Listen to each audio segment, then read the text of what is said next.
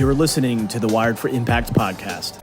I've got a very special guest today with me. Her name is Emilia Nagy, and she is a relationship expert. Very excited to have her on, and I want to just set the intention for this podcast episode is because we're going to be talking about relationships, of course, and relationships are the backbone of society. As I was thinking about leading up to this episode, why is this call important, and why do I think your input is so necessary in the world right now? And it's because in my estimation, and I've got a relatively educated perspective on this, relationships are struggling. We're absolutely struggling. And honestly, more what really comes to mind is it's a shit show. It really, really is bad. Certainly in the Western world, I'll say. And as relationships goes, society goes. If you have strong relationships, loving relationships, a place where men and women can come for healing, inspiration, rejuvenation, that inevitably is going to have a byproduct in society. And when you're having additional stresses, it puts stresses on those relationships. So with relationships being so off kilter and frankly under attack, we need support. We need guidance. We need people to help lead us through. And so it's an honor to have you on today, Emilia. I know you've done a lot of work in this space. You're one of the few women coaches who are coaching women who I feel seen as a man. And thank you. yeah, your posts are just so poignant, powerful, clear.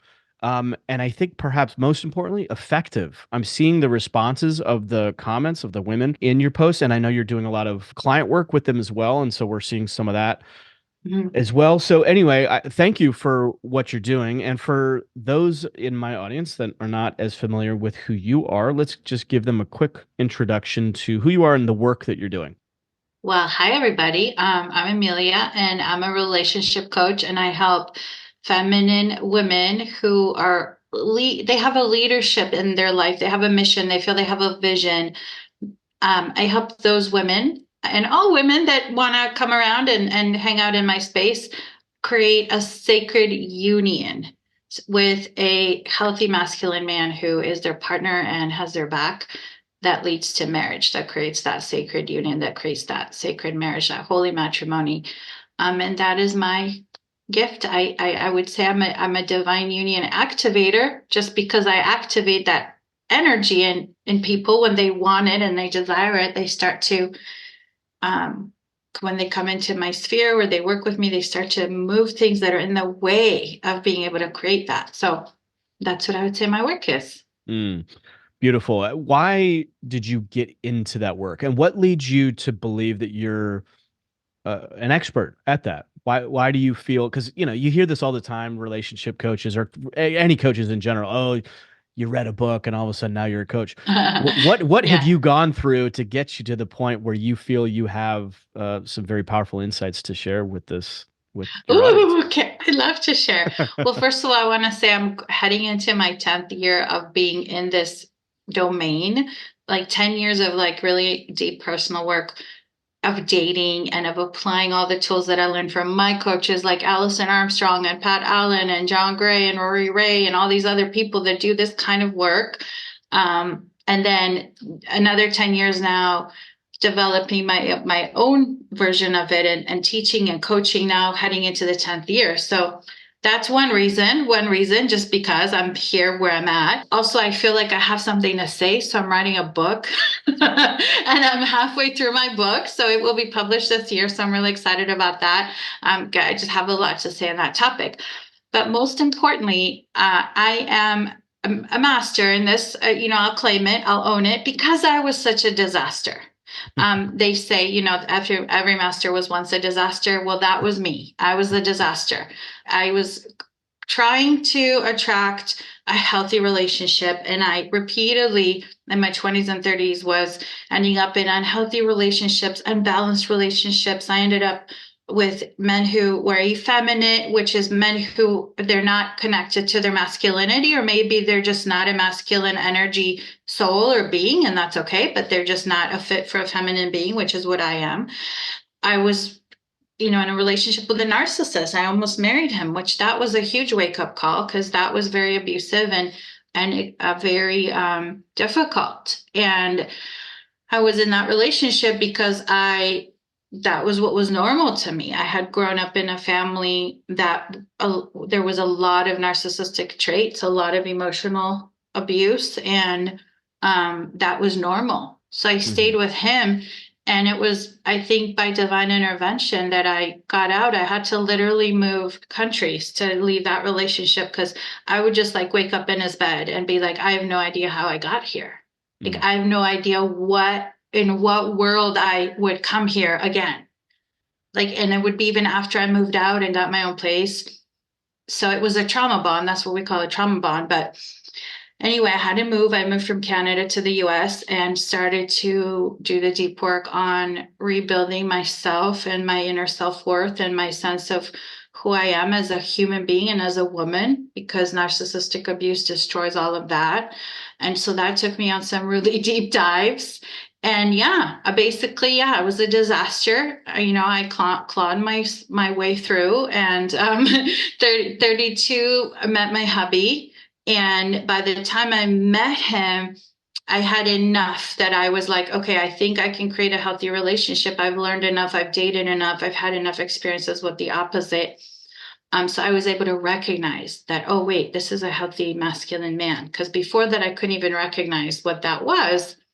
And so then we started dating, and Can I ask you, um, was there a point where was there a specific pivot point, or was it a kind of a gradual awakening of, oh, I've got some unhealthy beliefs about men or relationships, and this is manifesting something that I don't want. Therefore, I need to mhm. explore something new. Was it a gradual thing, or was it did you have sort of a rock bottom like awakening? It was gradual. It started with my work with Alison Armstrong and then doing her Understanding Men, Celebrating Women course. Hmm. And, that was where I really got a transmission because, she teaches us about healthy men, like she teaches us in women language.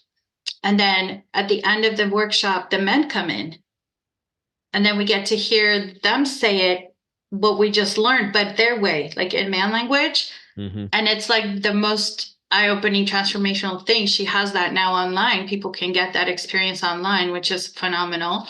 But that was really where the pivot started slowly, right? Because it was like reshaping a whole blueprint, Hmm. right? Like my dad was a masculine man, but he wasn't a healthy man. And he had a lot of wounds from his childhood, and my mom, they got divorced when I was 27, and I kind of felt like I grew up in a war zone. But it took me a while to kind of like, yeah, put all the pieces together. What was it about what the men shared that was eye-opening to you? Do you recall? I mean, it was so many things about what women meant to them, about how they viewed paying on dates, about what it meant to be committed, about how they saw being with a woman and having sex with her or kissing her, like what that was like for them. Hmm. And it just let me see into the soul. And this is the sacred work Allison does, right? Like it let me see into the soul of men. There's nobody on earth that I know that does what she does. She has that thing, that transmission so beautifully. So yeah, that was the pivot for me. And then starting to apply it. It was like, okay, wait, well, if men really do feel like they're plugging into the universe when they're with a feminine woman, then if I was that woman, what would my date be like and feel like, and how would the man act? And so I started to explore and try Mm. the things on, and in the real world, like on my dates, be like, okay, and if this is true, then what would that be like if I just believed that on this date, Hmm. right? Even though I Hmm. wasn't really fully all in yet, right? And so that's how it started to come alive for me and started to come into my real experience. And yeah, like before I met my husband, I started to date some amazing men. Like I went from dating like not good men to dating amazing men. Mm. And then eventually was like, okay, well, he's the one for me. I told Mm. God. I was like, Hmm. God, like it was about a few months in, like 2 or 3 months in, and I was like, yeah, God, I'm pretty sure I want to marry him. I didn't tell him yet. I told God.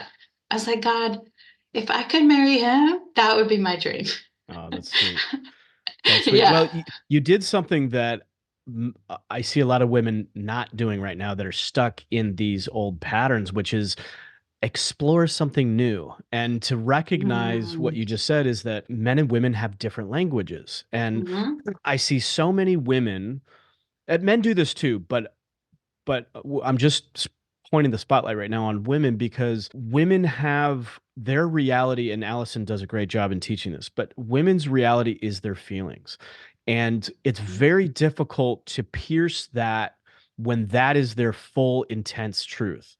And I think it might be a little bit easy. This is why I think it's more challenging for women to try on something new because if their entire experience was men are assholes or men are Mm. only want me for one thing, or if that's their feeling and then they continue to attract that, I have empathy that it would be a difficult reality to shift out of. Whereas men, you can kind of approach them a little bit more rationally and say, hey, knucklehead, Thank God for yes, that. you keep pulling in the same experience because you're thinking this. Like, why don't you try thinking, anyway, at least my work with men, it's been a little bit easier to approach. Not to say that it's easier for them to do because they struggle on that side of it, but to just initially get through to that Yeah. level of opening yourself up. So congratulations on doing that. I know that that's not an easy thing. What would you say to Thanks. women who are in that mindset of men are blank and it's not good?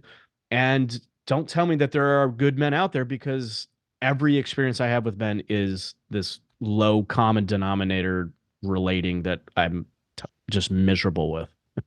Well, that's a conundrum because we have a lot of that kind of messaging in our world, right? And Mhm. so I think my first go to would be, are you really living according to your own experiences or are you listening to the mainstream narrative? Because there's a lot of unhealthy messages about relationships, about men and about women Mhm.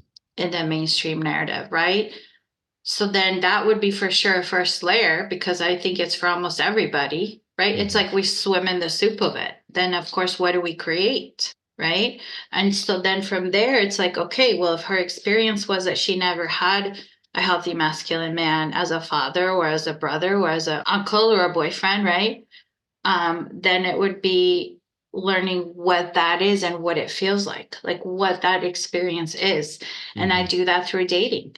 I teach them to date and date the certain way. And guess what? If you date this way, you are going to end up on a date with one of those kinds of men Mm. and That's then interesting.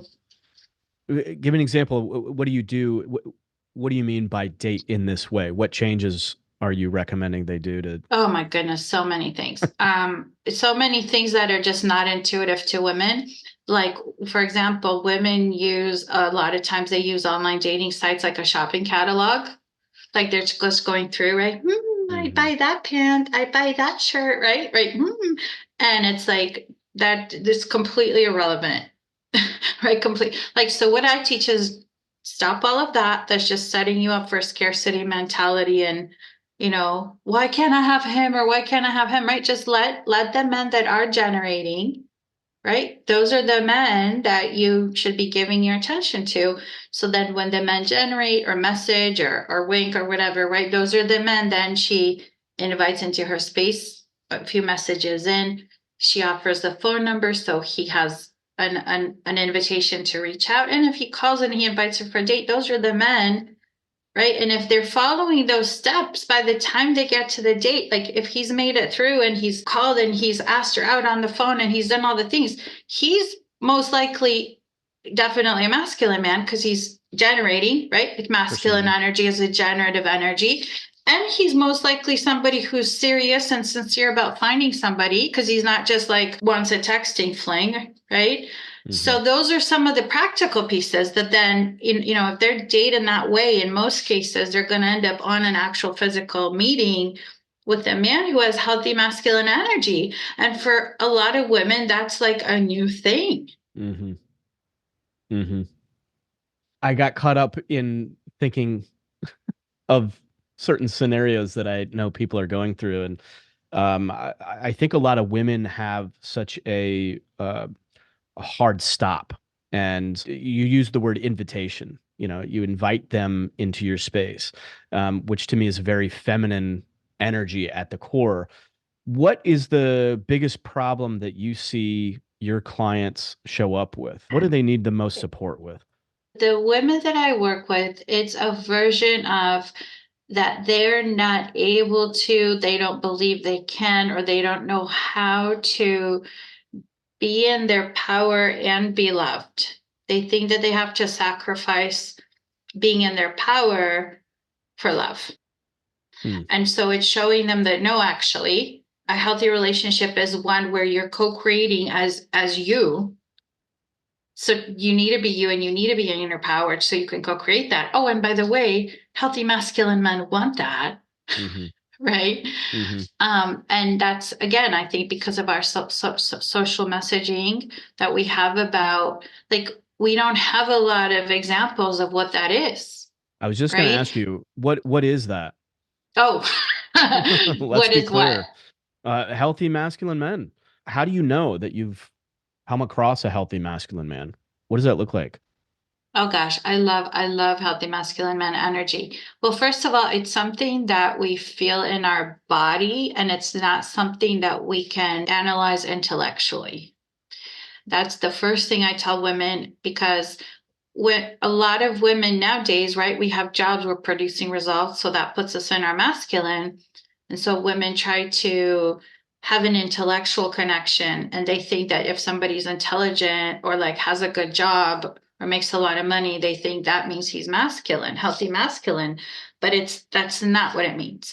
What it means is that when she's in his presence, if she's in her feminine body, which means she'll have taken a break after work to kind of get back into her feminine energy. I Hmm. say, read a book, lie down with a praying cat, take a bath, like whatever puts you back in that feminine flow, right? In your Hmm. feeling space in your body.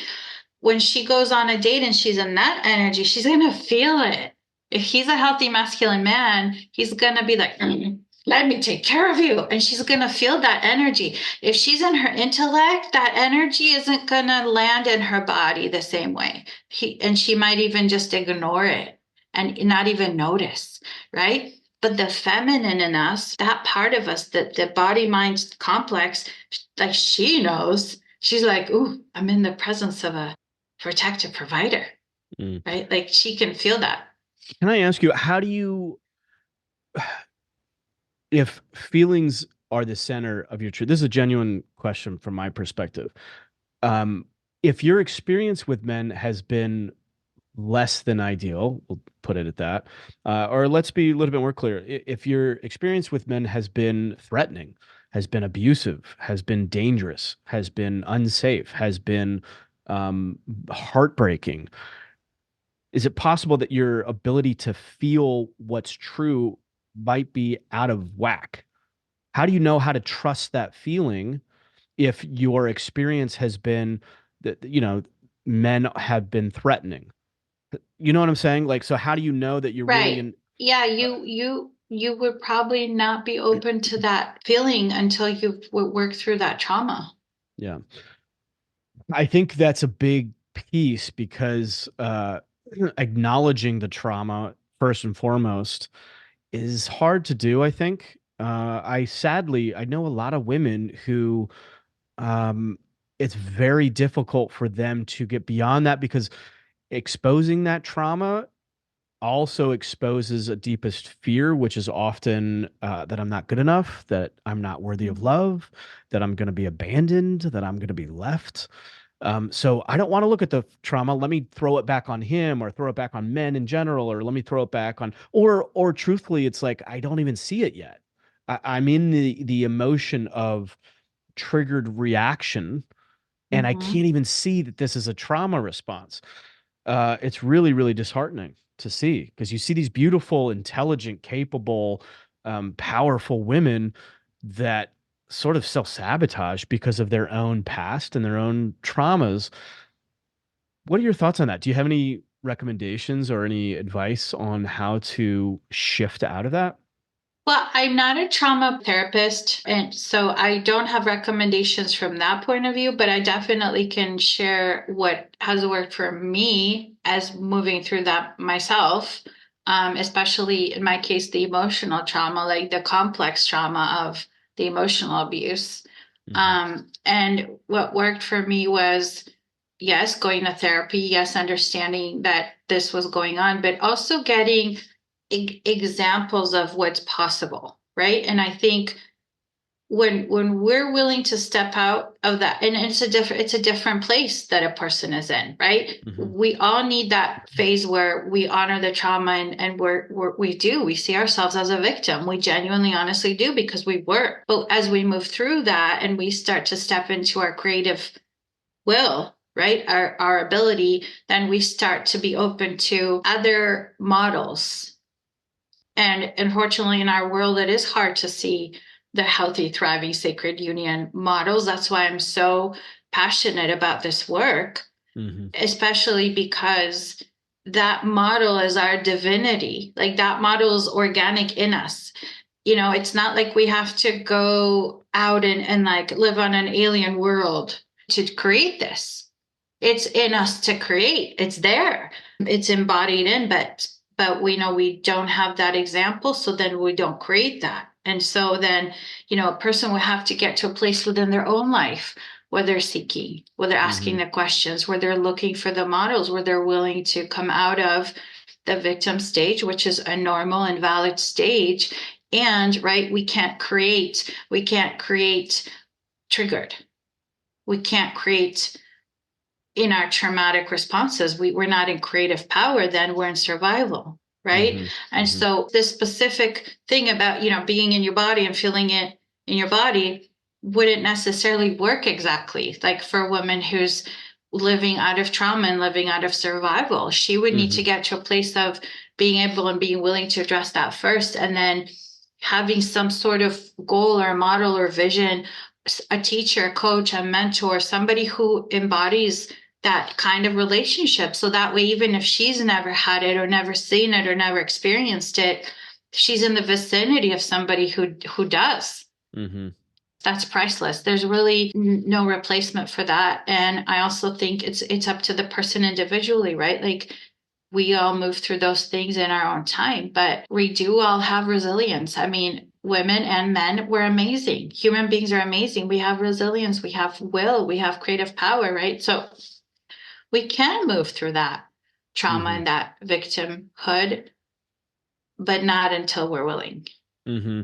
I think something that came to me as you were sharing all that is that those traumas, and to be clear on trauma, we often relate to trauma as um intense, large, big, significant, right? But trauma sometimes, and let me be very clear, if somebody's dealt with real clinical trauma, uh, I understand that that's a different category altogether. But I do want to just acknowledge that, to be emotionally abandoned as a child feels traumatic to that child. So I'm not necessarily saying that that's clinical trauma, but I'm also recognizing that we feel it as trauma, right? So one of the things that came up for me when you were sharing that is how the trauma creates patterns. And in relationships, as we mature and grow and have more experience, you pick up on these repeated patterns. I'm attracting the same guy, or I'm dealing with the same issue. Um, that pattern can be, the knock on the door, like, hey, what's Mm-hmm. the common denominator here? It's not all these men, it's you're the common denominator. And, to inspire people to look within a little bit to break that. Because ultimately that's what we want, right? We want everybody to feel loved. We want everybody to feel in that sacred union that you talk about. On that note, what does sacred union feel like? You shared a little bit about your husband, and before the call and in previous chats, you've shared just sort of authentically about your relationship with your husband, and even right now on video, like you're lighting up. It's a beautiful thing to see. What does sacred union look, sound, and feel like, so people have a visceral connection to it? Well, I always talk about synergy. Like, 1 plus 1 is not 2, it's 11. we're so much more than the sum of our parts. Like that's what I would say a sacred union. You're in synergy, you're co-creating. I wouldn't be who I am without him. He for some crazy reason feels the same. Like, don't ask me why. Like, it's kind of cool, but it has to do with the energy flow in the couple being nourishing and flowing in a way that nourishes both partners.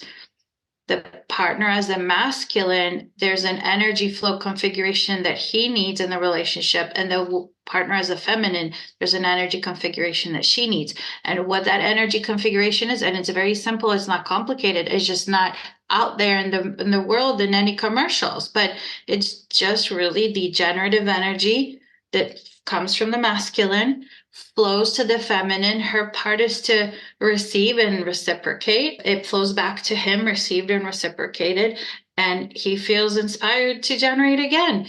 And the energy is like an infinity symbol. And when I teach from that perspective. The first conversation on the phone, the first date is the energy flowing. Because if the energy is flowing, and it's flowing and honoring the masculine and it's flowing and honoring the feminine, guess what? That's my definition of a relationship that works. Mm-hmm. Mm-hmm. There's charge there. There's the energy is amplified, and if it's good energy, you're amplified. So, how does a woman attract that into her life? How does a woman attract that? Well, she first must decide, be very clear within herself, I think, if she is a feminine core or a masculine core. I think a lot of women are confused about this because they're living as if they were a masculine being. So they're producing results, they're making themselves do things that they wouldn't do, but they're doing it out of discipline. And it's okay. There's nothing wrong. We all have a masculine part of us, right? But if that feminine core of theirs isn't the energy that they spend the majority of their life in, they're going to feel drained. They're going to feel resentful. They're going to feel their adrenal fatigue, right? So many of us got adrenal fatigue because we were out there hustling, right? Mm-hmm. So once she knows that about herself, that's the first part is to really be like, yeah, I'm a feminine being, actually, by the way. Mm-hmm. Mm-hmm. Right. And guess what? Oh, yeah, my complement, my energetic complement, it would be a masculine being, the plus and the minus of the battery, right? Very simple explanation, but yes. And so then when she knows that, she knows she wants to be the feminine energy in the relationship, then she starts to date in her feminine energy, we call it. But basically, it's like I touched on at the beginning. It's an inviting pursuit. It's allowing men to come to you, men that are generating, men that want a relationship. It's not going after men on the app that you see or like a man that you like because you like him. Because he may not be available or he may not be healthy and he may not want a relationship. And then you're just recreating those experiences of feeling rejected and neglected, right? Mm-hmm. And women do that unconsciously too. So, I mean, there's a lot of layers, but basically, the first one is to be like, yeah, you know what? I am a feminine being. Mm-hmm. And guess what? Men are cool. And I can change my own light bulbs, but man, I'd rather somebody do it for me, right? And then making space for that in your life, like making room in your heart and forgiving what needs to be forgiven, releasing Mm-hmm. whatever's in the way, which might be unhelpful beliefs about men, like, men are untrustworthy. Men always leave me, right? Like these are beliefs we have, like I had men abandon me because my dad left me when I was 6. He Mm-hmm. moved countries, right? So it starts with just knowing I want to be the feminine polarity because that's the authentic core of me. And I want to Mm-hmm. get to be that in my relationship. And then what does that look like? And I have so much more to say. Oh my goodness, Peter, I could go on and on about this. So I'm No, just let's going to go. stop right there because, yeah. No, I want to hear it. Yeah, Well, I so wanted to then bring us the back to world that. tells us if you're the feminine, then, he should pay for a date. He should generate. The generating piece I agree with. But like he should pay. He should be the financial provider. If you make more money, then oops, you're not the feminine. You're going to be on the masculine. And to me, that's like dogma, because it only matters who makes the money if we live in a scarcity world. But like once we're creating and living in abundance, it's not about the money, it's about the energy. Is he providing or not? He can provide a gazillion more things than money, right? Mm-hmm. And that's the reason why men hate it, right? When they get treated as a wallet. Of course, because it's like, yeah, okay, yes, I have money, yes, I can pay, but I'm so much more than a wallet. Mm-hmm. And these are the messages we have, right? Women are Mm-hmm. gold diggers, men are looking for sex. And it's really something that any woman who desires and any man who desires a sacred union, it's possible. And it is not normal. I say it's a rebellious act. It's like a love rebel. You got to go for something that's not in the norm. It's not in the Mm-hmm. social norm. But guess what? Many people do go for things that are not in the social norm with careers, with inventions, with what they write, with what they investigate, with what they create, right? And so then that's the realm of it. Mm-hmm. That's the realm of it. It's not in the realm of the normal, it's in the realm of the extraordinary. That's a powerful message right there. Just the courage to elevate your sights from just being in relationship to get something to having the courage to go into it to give something and to be humble and to yeah, seek to meet the needs of your partner, to try to look at the world through their lens and better connect. That infinite energy flow that you were talking about, the figure eight on its side, I was connecting to something when you were sharing that because I think when the sacred union is is in its optimum state in this human experience, because we're imperfect beings and we're gonna have our little bit of friction. However, people do, you see it, you recognize it when you see it. I had a couple on the podcast a little while ago, and I am not shitting you. You felt them come into the room before you could see. I could feel them come in and I had to turn around and was like, who, what is going on? You know, it was palpable. And the grounded energy that he brought and just the radiance that she brought was palpable. You literally, it was like a ripple effect in the room. There's a couple I met during a Joe Dispenza event. And that infinity flow is a beautiful thing when it's operating at a higher level. Uh, Yeah, and it does take courage to get that it because like does. to your point, you have to, you mentioned forgiveness a minute ago. That to me is the pole vaulting move to go over the barrier of frustration and pain and misery and entrapment that we're self-contained in. We're never going to get Yeah. around that unless we soften and forgive. And men need to do that too. You see a lot of very angry men. They are doing what they feel is in their highest sense of right to provide for their families, and they, from their perspective, receive no love, no appreciation, Mm. no respect, no acknowledge. It's their, they feel like a wallet. What else That's can you give? heartbreaking. It That's so it is heartbreaking. Yeah. it is heartbreaking. And then they have a tough exterior because it's fucking frustrating to just feel that and be Yeah. that. And, you know, the people that you're trying to show up for are the very people that are not seeing it and or Mm. nitpicking or, you know, always having an issue or can you give more? Can you give more? Can you give more? Um, that can build resentment and that can build Of course. Yeah. anger.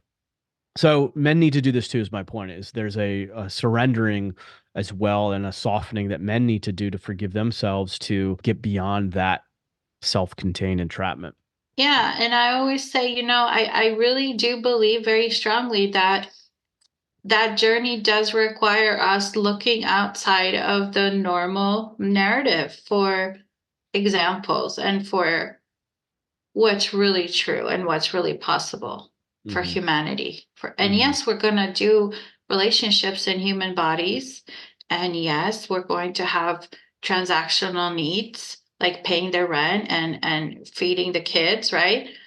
But if there isn't also the element of giving and receiving, which is infinite. It's not about earning and compensating. It's about the gifting. Like you said, what can I give? What can I do to serve? If we don't have that element, then the relationship is not going to be fulfilling or sustainable or nourishing because the energy isn't flowing. And humanity is purposely kept at that transactional level by the messages that we get.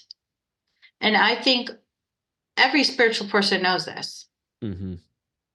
And I'm just gonna say it here. It's the same in the realm of relationships. Mm-hmm. And the more we're kept in that survival energy, the less access we have to the co-creative, the sacred union energy.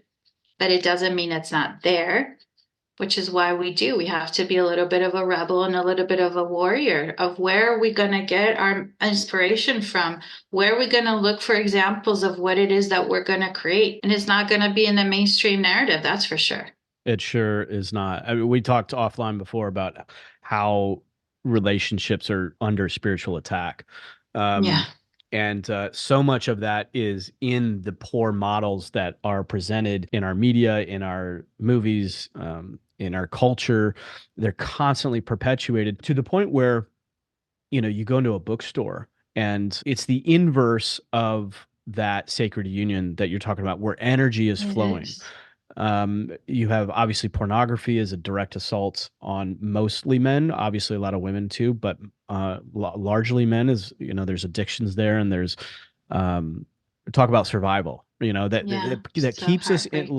Yeah. locked into a survival state where we're Hmm. just looking for the breadcrumbs. Like Yeah. we're satisfied with these low levels of dopamine hits, and Hmm. we're leaving the sacred union, as you talk about. We're leaving the magic and the connection and the energy. That's another thing I hear all the time is how everybody's so exhausted, and this idea of doing more is like incomprehensible because I've got nothing left to give, and yet when you surrender into the natural state you were talking about, that we're organically built this way to be, Yes. we don't have to, you really don't have to go. This would be frustrating for some people to hear, but this isn't something that you have to go learn. It's really more an issue of what you have to unlearn because you already Yes. are it. Yes, it's already within us that the sacred masculine is in every masculine being. The sacred feminine is in every feminine being. What's happening and part of the intentional inversion, right, is like, well, the feminines are being inverted to masculine, the masculines are being inverted to feminine, then you can't have a sacred union because you're not in your authentic corporeality. You're out of alignment with yourself, which means you're not created to source. That's the mechanism for the inversion. And it is Mm-hmm. very, very, very, very rampant right now. But that's okay because there's people who see it and there's people who can guide people and help them reclaim, right? Mm-hmm. And there's people who are doing that work, and every day consciousness is rising on the planet. And I just look at it as 3D and 5D, right? Like we've been in 3D and we're heading into New Earth. And in New Earth, we're not going to be living out of survival Mm-hmm. anymore. Mm-hmm. And it's coming. It's coming. Yeah, you can feel If it. we have free energy, it's so funny because then a sacred union, right? If we have free energy, then we have an abundance of money. Then what is a sacred union is not about money. So then how do you have a sacred union then? The energy, Mm-hmm. right? Money Mm-hmm. is just an example of the energy. People get so stuck in, well, the masculine should provide. And if I make more money than him, it's okay. Money's just one way he can provide. Don't forget that there's like 2,500 other ways. Yeah. Right? I mean, it's fine if he provides money, great. But what if we live in an abundant world and you actually are not a feminine being that needs the money? Like you're like, Mm-hmm. oh, but I need you to listen to me. I need support with the kids. I need, there's different things that we need, and that's the amazing thing about healthy masculine men, right? Is like that's in them. They want to give us what we need. They for sure don't want to give us what we don't need, Mm-hmm. Mm-hmm. right? Mm-hmm. Yeah, it's there. Men, It's organically there. That's the most incredible thing. yeah, I have a funny story about that. I've shared this before, once or maybe twice on the podcast, but I was at a Tony Robbins event many years ago, and it was a smaller event, a non-public event, and it was all on relationships. It was a week-long event in Maui on relationships, and we covered everything. Every possible stone that could be turned over was turned. But one of the most beautiful outcomes of that entire experience was most people came into the experience very depolarized. So even though it was a, enlightened Tony Robbins community, crowd, whatever, we're still human beings. We still have our conditions and our habits, et cetera. And it's a very alpha. He attracts a very A type personality, a very alpha energy. And so you had a lot of badass people that have very accomplished, very successful financially. A lot of the women were running the show. They were either brokers or, business owners themselves, Mm-hmm. or at the very least, they may have had men who were kicking ass in the business world, but in the relationship space, in their marriages, they ran the show. And a lot of the times the men were more than happy to relinquish those reins because he's putting all his energy and effort into providing, and he's Mm-hmm. got his baby, his business, he's grown his business.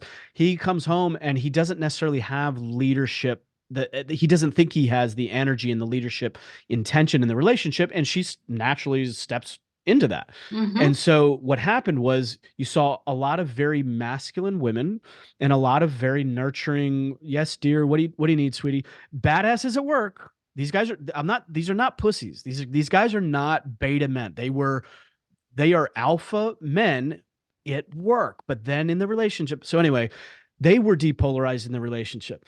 Over the course of the week, every single morning, the men went to a martial art type training where we literally I'm going to say this almost verbatim. The trainer taught us how to deconstruct the human body. If you were faced with a threat, here's how you literally dismantle this threat, and where to strike the body to create massive injury so that you can get away. How to, rip the eyeball out of the skull. I mean, it was intense stuff.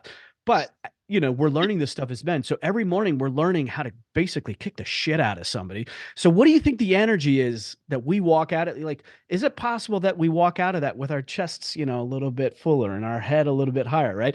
The women every single morning were going to, it was a program called S Curve, which is, as I understand it, very like it's almost like what do they call it? Pole dancing, right?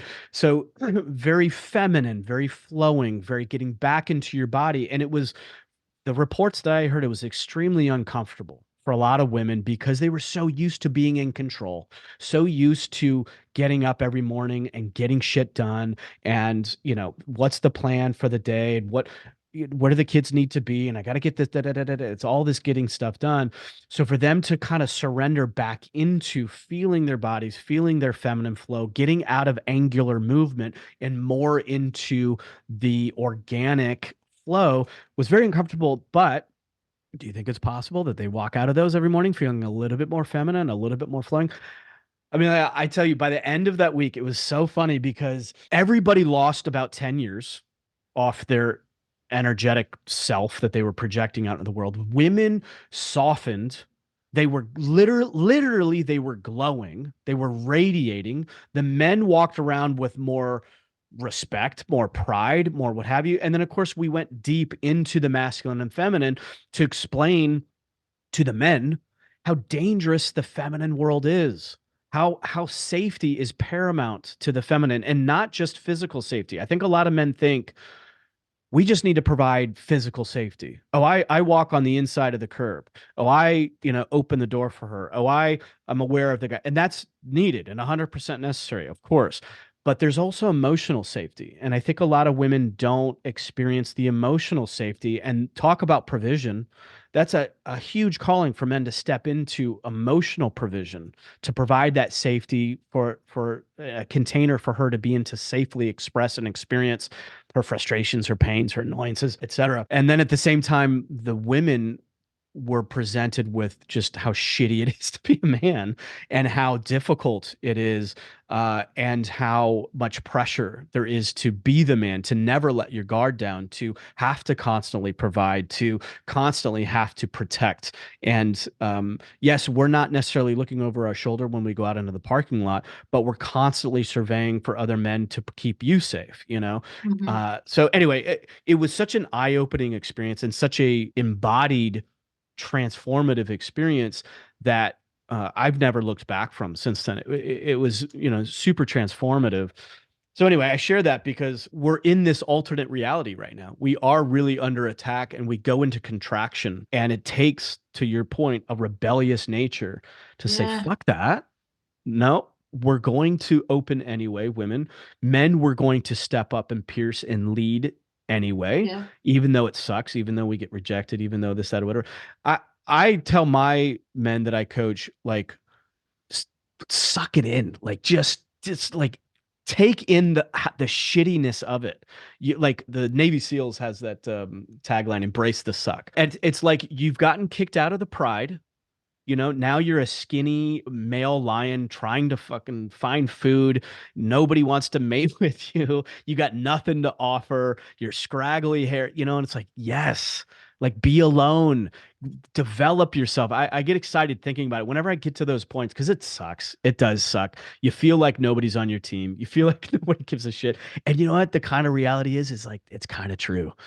But it's in those moments where I get this like divine connection of like, I'm getting emotional thinking about it. It's like God has you, you Yeah. know? Um, Sorry, this is supposed to be your episode, and I've kind of taken it No, over here. it's so important though. It's so important, Peter, because yes, men do struggle and they suffer. And I wrote a post about, how women often complain about, oh, it's so hard to date, it's so hard to find a good man. It's like how hard it is for men. Like how vulnerable you guys are to us and to what we bring onto the table, and how just a little bit of a side eye or an emotional response from us, like how much it literally can drop you down to feeling like nothing. And it's like that's a beautiful thing, and no, men don't get that nourishment, and it is sad, and they need it.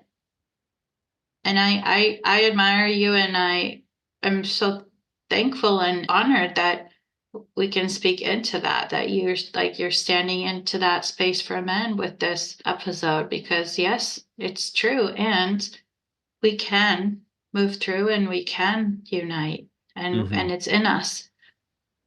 But yeah, we have to step out of the programming. The programming puts us in an adversarial positions. Yeah. My needs are this. You're no, my needs are this. Well, you did this. Well, I did, and men are this way. No, women are this way. I'm going my own way. I'm a passport bro. I'm going to go find women somewhere else. Or women are, there's no good men out there. They're too intimidated by my wealth, my success, etc. We're in this constant, clear, predictable friction grind. It's low common denominator. And Yeah. what you're really inviting us into is not an adversarial relationship, it's a complementary one where one energy feeds the other, and then that energy feeds back into the, and it's this Yeah. expanding union that becomes more powerful because of the giving nature of it. What is your book going to be about? What are you zeroing in with that? Pretty much that, what you Mhm. just said. Mhm. So that was good. That was really, really good, because that's pretty much what the book is about, and Remind me, do you have a title for it yet? not yet. That's been crazy. I just have not come up with a title yet. But yeah, so it's about that synergy, that energy flow that we talked about. What does a man need for that? What does a woman need for that? How to date for that? A lot of women need to know how to date for that, because they think dating is, awful, and it really doesn't have to be. And so, yeah, the book is meant for women. It's for women who want to have that kind of relationship with a healthy masculine man. It's not about how to fix a man or how to change him into that. It's how to choose one, and then how to create a healthy union with him, how to create that Hmm. sacred union. And yeah, and the message of the book is yes, how to do it. Here's the practicals, here's the energetics. But also the deeper message, I feel that the transmission is like, but it's in you already. Like, I'm not giving you something alien. I'm not teaching you, an alien alphabet. Like, it's in you already if you would just look away from the normal programs and the commercials, the movies, the things.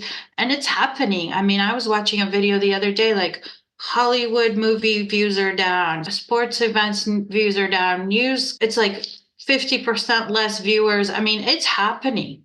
Hmm. Humanity is moving away from that programming, and it's coming, it's Hmm. happening. People are seeking, people are opening. And that's my book, is that invitation of, yeah, you thought there's something else, here it is. This is the way, this is what it is. It's possible, it's here, and it's in you. It's not going to be on the outside, and it's not going to be with those mainstream ideas. So yeah, it's about that. It's basically, the energetics and the practicals. Love that. I kind of derailed you a little bit earlier in the conversation when you were talking about your husband. And if you're open to it, I'd love to reconnect to that, and just have you share what it means to be in a sacred union, what that feels like. Do you have any examples of what he's done? Like, what do you see in him? Well, I feel like that emotional provision that you talked about, like I feel like I can go to him with anything. I can be at the top of the world and I can go and share that joy with him, which is very sacred. Sharing joy is very intimate and very sacred, Hmm. because when people are not able to witness your joy, or they don't believe they can have that for themselves, what do? They bomb it, right? So sharing joy is so vulnerable. I know I can share the genuine pure joy, and I know I can share the genuine sorrow and grief. And I know he's there. It's not about who I am or what I achieve. It's about being with me. Mm. And like I said, for some reason and I'm like, I tell him, you're my rock.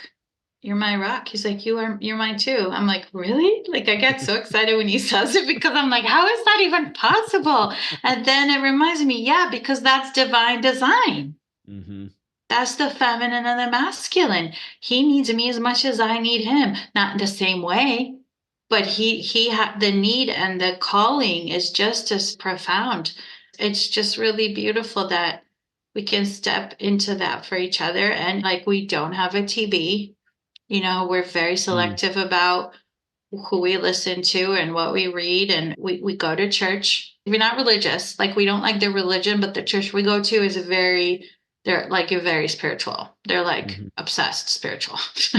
Like, and so we're like, we love that. We want to be living in that divine capacity, the best that we can. So I just love that I get to share that with him. And it's really honestly a miracle, because where I came from, I never thought that was possible for somebody like me.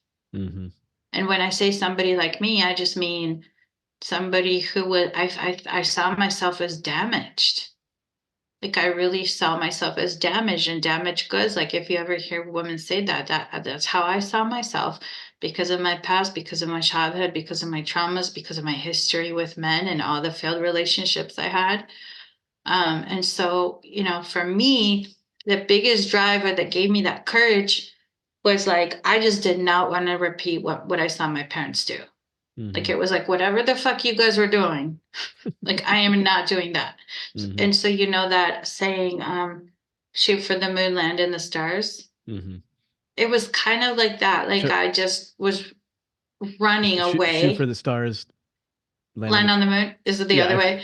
I think it's the other. Yeah, and so I know I what you mean. landed, yeah, well, whatever, shoot for the stars, land in the moon. Yeah, so whatever, so like creating the sacred union was because I was like, whatever, I'm just not doing that. So I ran as far away and as Hmm. fast as I could in the opposite direction.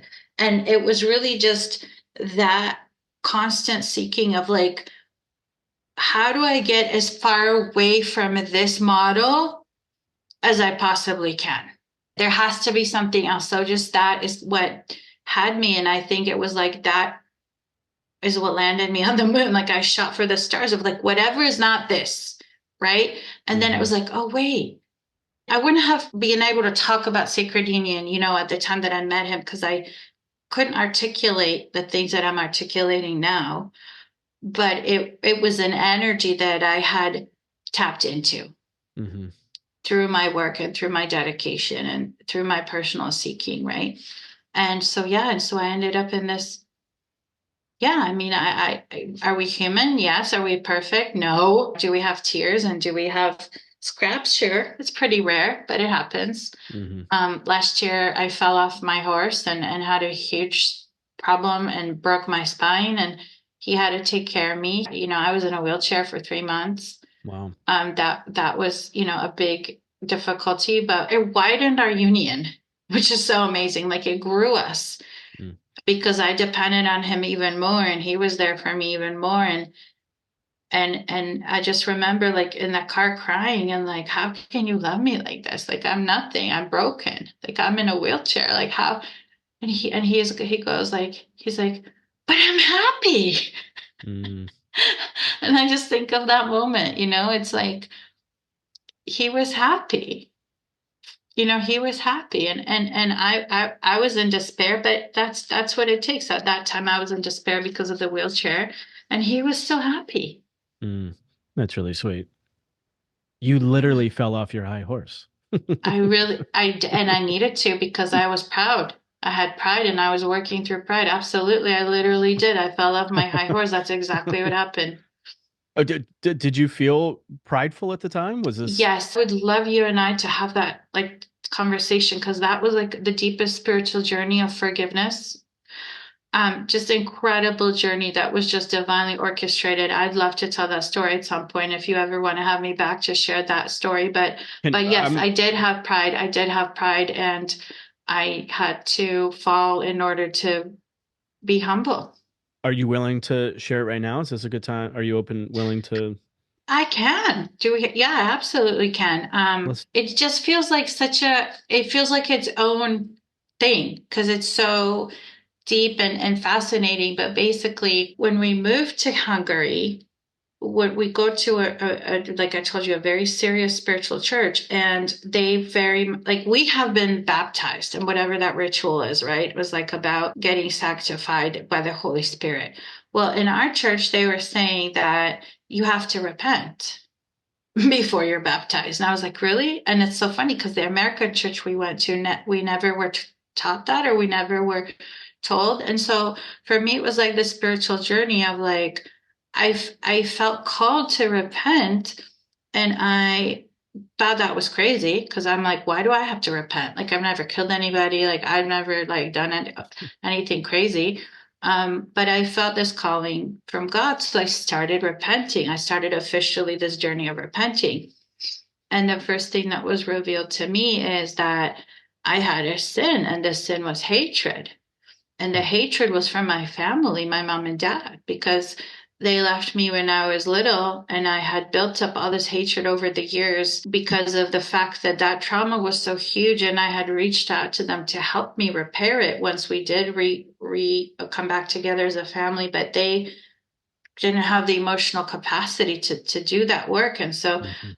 over the years, that hatred gave me a sense of control and power in a way. It was, of course, a prideful thing. It was like, well, I'm okay because I get to hate you. And I just never forgave them. And I was 44. Like I wasn't taught forgiveness. Like I didn't grow up in a church. I looked for churches all my life because I really loved the spiritual life. But I also went to like a Native American chief for 10 years. So spirituality is spirituality, right? Religion is religion. But yeah, and so it was that thing of, falling off her, getting completely broken, ending up in the hospital. I could feel that this unforgiveness that I was carrying was like these suitcases. And it was like the night of the surgery. And I finally was like, okay, I'm going to put these suitcases down. Mhm. Not because I was afraid I was going to go to hell, but because I felt like I couldn't carry them through this tiny hole that I was going through, Mhm. you know? And I put them down, and I gave up the hatred, and I woke up, and it was very humbling the next 3 months because yeah, wheelchair, so much pain. I mean, it was like I have furniture in my back. Like I have a pole in my back now, right? But you Jeez. know what? With all of that, I wouldn't change a thing, Peter. Mm. I would do it all over again because the pain of that hatred was so much bigger than the occasional now discomfort. I feel the surgery was very difficult, but yeah, I really honestly wouldn't change a thing. And that process was so magical. And then, when I came out of the hospital and was finally able to see my horse again, I looked at her and she looked at me, and I could feel she was like, I'm so glad you're okay. And then she goes, and then she did this kind of like weird flip with her head. And it gave me the sense that she was saying, all these other horse people, they just want their horses to jump. But no, you want me to do spiritual work. And it was like an eye roll.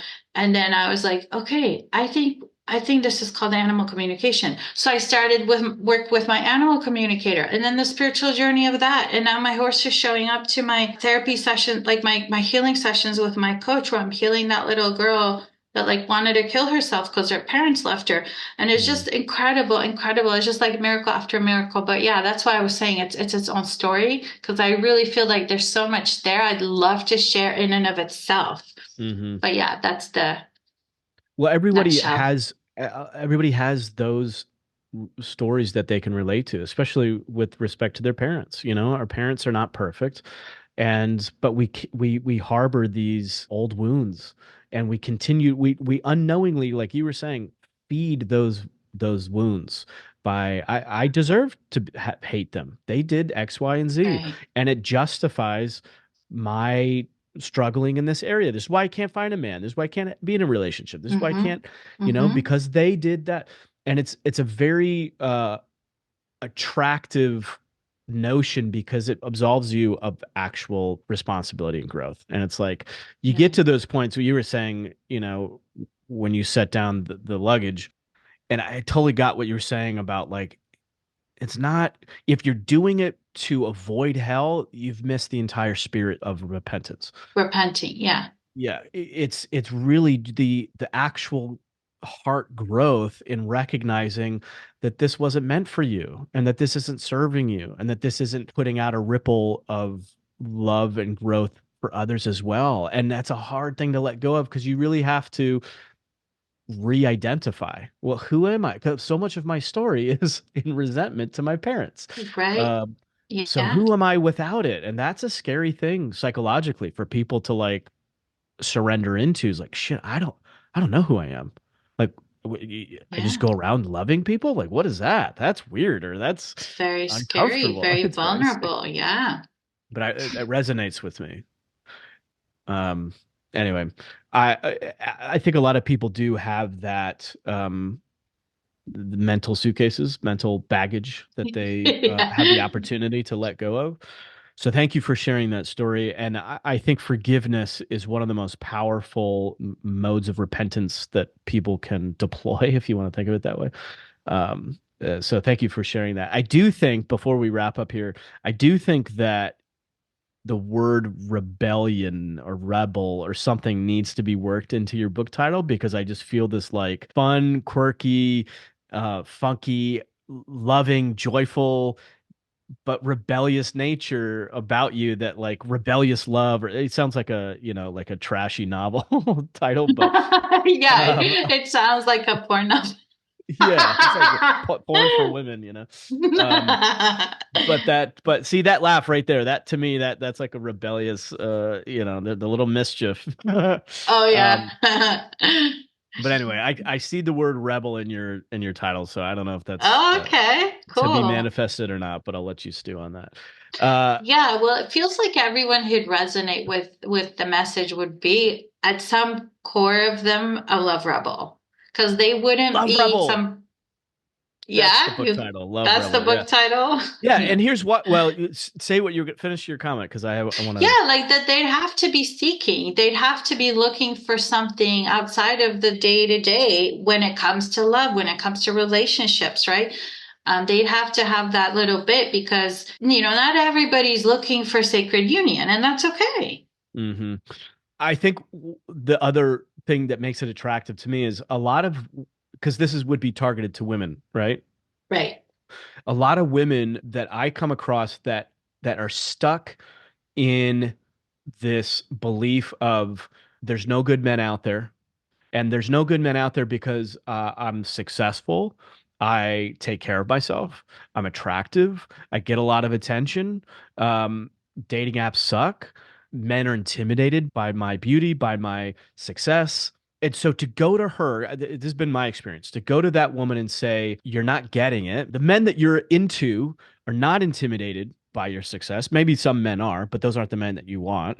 The men that you actually want are not intimidated by your wealth. It's not, it's a neutral issue. It's like, it's not what attracts a divine masculine man is looking for other qualities in the feminine that is attractive to him. And your success is not necessarily here or there. Although I will say that a lot of times women who are very successful in the business world have developed a lot of masculine conditioning that does become energetically uh, juxtaposed to what men are actually looking for. But I digress. But that the whole idea of being a love rebel to me, I think, calls to that courageous spirit that I see a lot of these women have, because they have to have been very courageous to be successful, to step into masculine, often dominated environments and still kick ass doing it. So I want to tip my cap to them. And they are very courageous to me. So that rebellious part to me, I think, is very attractive to them, because it's like, yes, but really what you're talking about is being a courageous rebel in letting your heart open, and Yeah. that's scary. And that's where, like, that to me is the deeper message I believe that your book is going to be about. But anyway, that's my little rant on that. I love Amelia, it. I love it. this has been an awesome conversation. For those that are interested in finding out more about what you do, and I will say you need to follow Amelia on Facebook at the very least, ladies, if you're frustrated with your relationships, the men or the lack of men that you're attracting into your world. I feel seen as a man with Amelia. So for whatever that's worth, go follow her stuff and see how that might rewire you and re-inspire you to look at the world in a slightly new way to attract that which you really are deserving of. But Amelia, where can they go to find you online?